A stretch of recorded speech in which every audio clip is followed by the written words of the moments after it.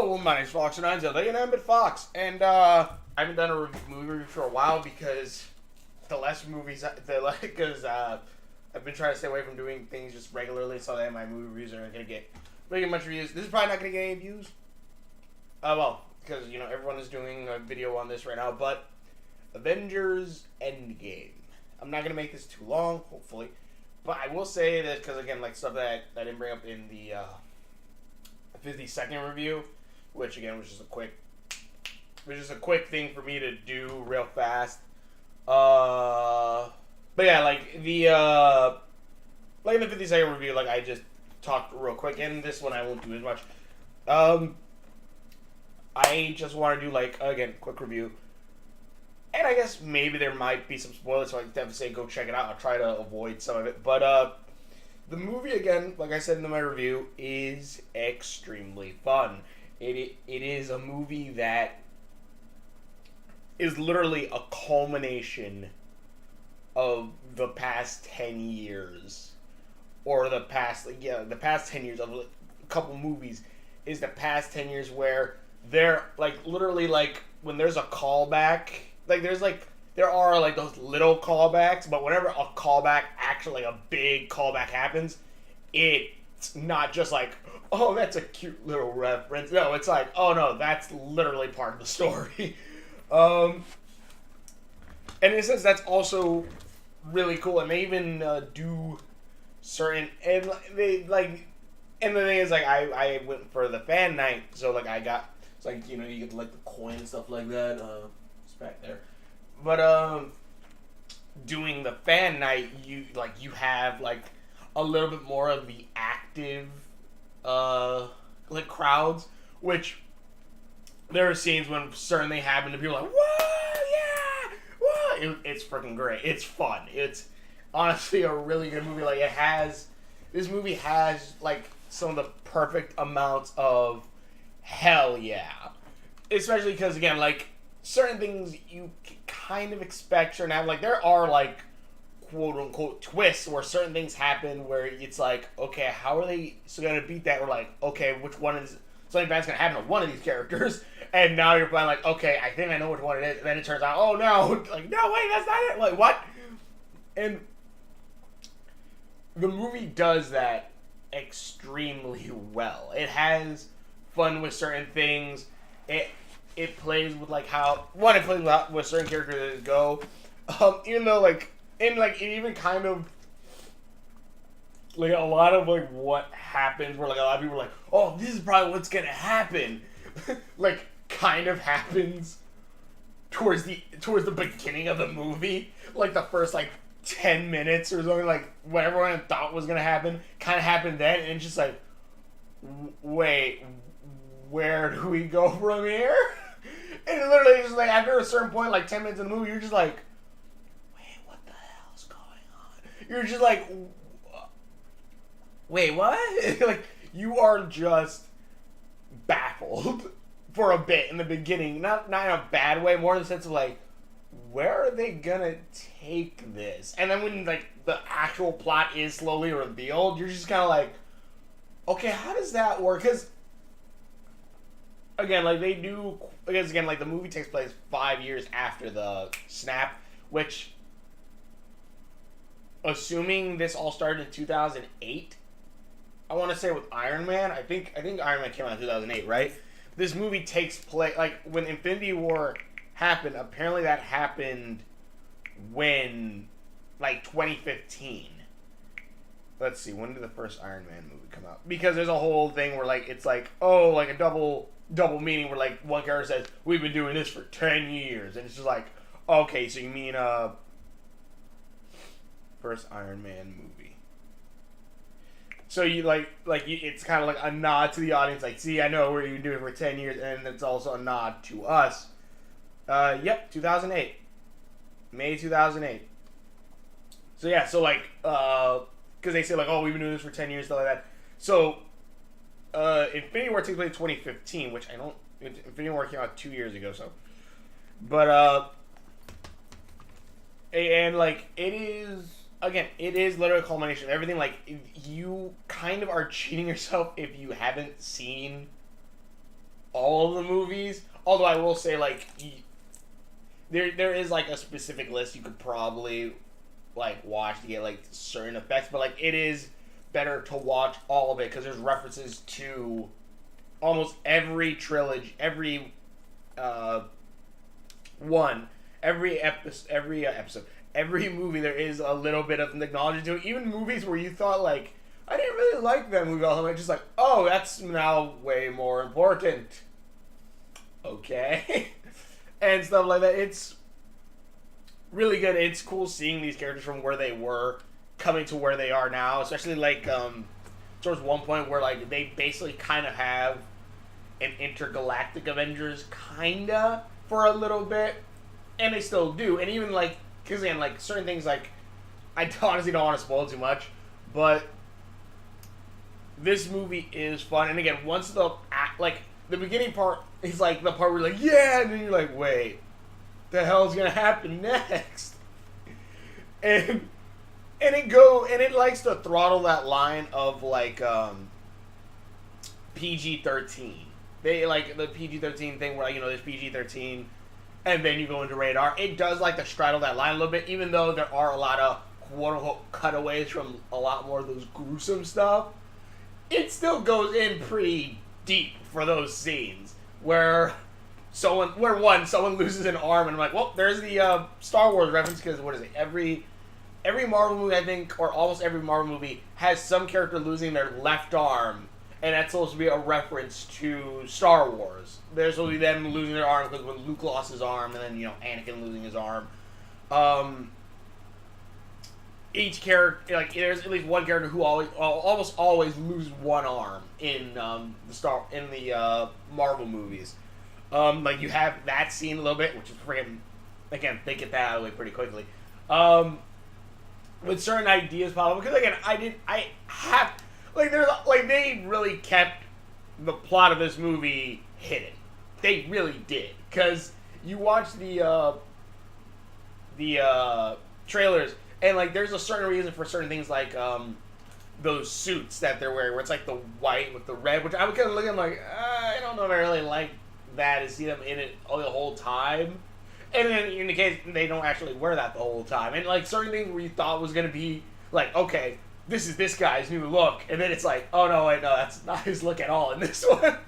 And things are still built up. And even then, like there's a thing where they do where usually in any other movie or thing, when this kind of cliche, quote unquote cliche, I guess, is done, it would usually reset everything. It would reset everything and be like, oh yeah, like, no. But in this movie, they set it up to where, no, this quote-unquote reset, isn't actually even resetting everything. Like, everything that happens to them since Infinity War, and then those 5 years when half the universe is gone, that all still happens.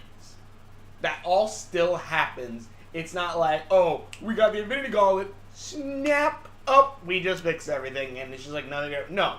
Because there are characters who quote-unquote have moved on. There's characters who have loved ones now that weren't there those 5 years prior. And, like, who don't know anything about the snap, who weren't there before this time period and stuff like that. And, I like that because the one character that does that, like, it's like, I'm completely agreeing, like, when the guy's like, we need your help to fix all this, and he's like, look, I have my family now. I'm not gonna go do that stuff, especially because that's probably gonna erase her out of existence, and stuff like that. And it's like, yeah, I completely agree with this character. Like, I wouldn't go do that either. Like, even though, yeah, like, they kind of sucks, but family. But they actually find kind of a quote-unquote loophole around that, where again, like, everything still happens, but it's brought to the future. And again, like, even like certain things brought in, which I kind of been thinking about, like, maybe the new Spider-Man Far From Home is actually going to be like a quote-unquote prequel to Endgame, like what happens before Infinity War, and like it's going to end at the beginning of Infinity War, where Spider-Man's like, oh, my boss, hey, look, a spaceship. But if that's not the case, and because they literally were trailers for freaking Spider-Man, the Spider-Man Far From Home, literally trailers for it. And like one dude got angry when like everyone's like, shh, everyone keep quiet. And I'm like, Spider-Man lives. And I'm just like, they're like, that's so cool, man. I'm like, if you've not seen the trailers, you can pretty much guess Spider-Man's gonna live. Hell, you go into this movie kind of expecting certain things, but I will say how they at least represent it, or how they have those moments where it's like, yeah, I kind of guessed this would happen, but they do it in an awesome way. They bring them in an awesome way. It's like, okay, I don't mind that. Like, I don't mind that I kind of knew what was gonna happen, and so this was just able to happen. It was able to happen. It was able to have each character was able to have some cool scenes, and it was pretty freaking awesome. I actually really, really love that stuff, and I want to see what the hell what's gonna happen next. Because again, like Spider-Man Far Home is the last of quote unquote Phase 3 of Marvel, so I want to know what's gonna happen next. And even then, like even so, like certain things are brought up, like certain characters look like they will be making a return. Well, when I say that, I mean like a certain fan favorite kind of just disappears at one point in this movie, and he's never brought up again. And I'm just like, yeah, he's coming back. He's coming back. He just rewrote something. And then on the flip note of that, what the hell was the other thing? I can't fucking remember. But yeah, like certain things are brought up again. Even though there are some things like apparently a lot of the Asgardians survived Thanos' attack, and I'm like, really? I thought like most, if not all, Asgardians died, including characters like Valkyrie and stuff like that. But it turns out like they kind of just pop up at the beginning of the movie, like, okay. But yeah, so far this is one of the best Marvel movies, Marvel Cinematic Universe movies. It's my favorite Marvel movie. Probably not. Well, I say that not only because I love Spider-Man Into the Spider-Verse, and that is like a whole like fuck yeah of a movie, and I'm like, hell yeah, I love that one. But I do say I do love, this is my favorite MCU movie. This is my favorite MCU movie. It blows almost every other hero movie out of the water, superhero movie out of the water.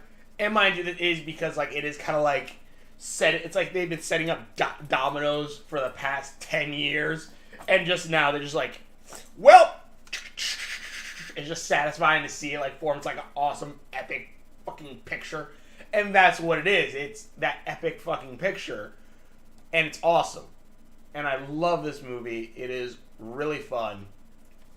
And not to mention, I freaking love that like, oh please don't fall.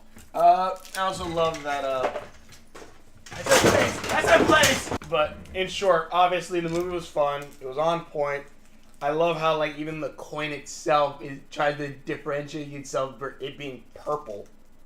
Which I'm like, hell yeah, that's freaking awesome. But, so I now have 3 of these coins. I have Ragnarok, Captain Marvel, and Infinity War. Hopefully, actually, I gotta see when the Spider-Man Far From Home thing goes on, because they're gonna have the fan and they're probably gonna have a coin for that, and I want to get that one. I definitely want to get that one. But yeah, it's freaking fun. I love this movie. I highly recommend it for those who have been following the MCU. And unlike the one guy in my theater who he's like Thor summons his axe, and like some guy behind me goes, "Hey, wait, he has an axe now?" I'm like, what the? Where have you been? Like, have you not seen Ragnarok? Have you not seen fucking Infinity War where all this started? You're just like, why did they turn to dust at this point in the movie? But, beside that, and beside the dude who's like, oh, that's so cool, man.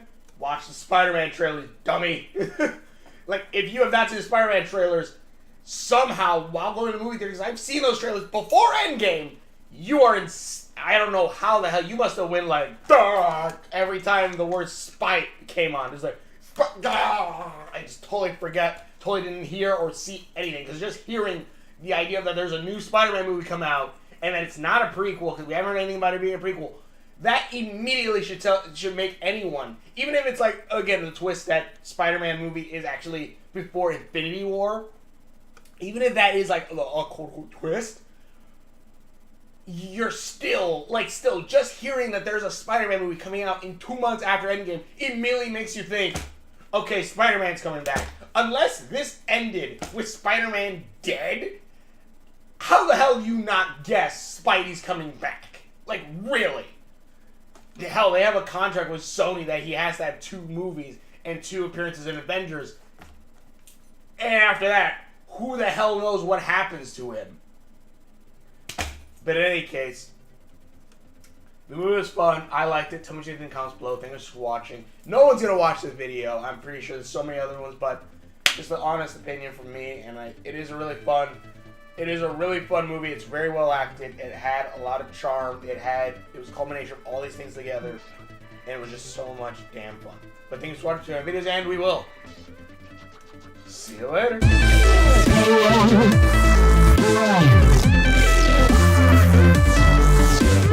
Deadpool's gonna make an appearance because apparently he survived the snap and now he's just alive, I guess.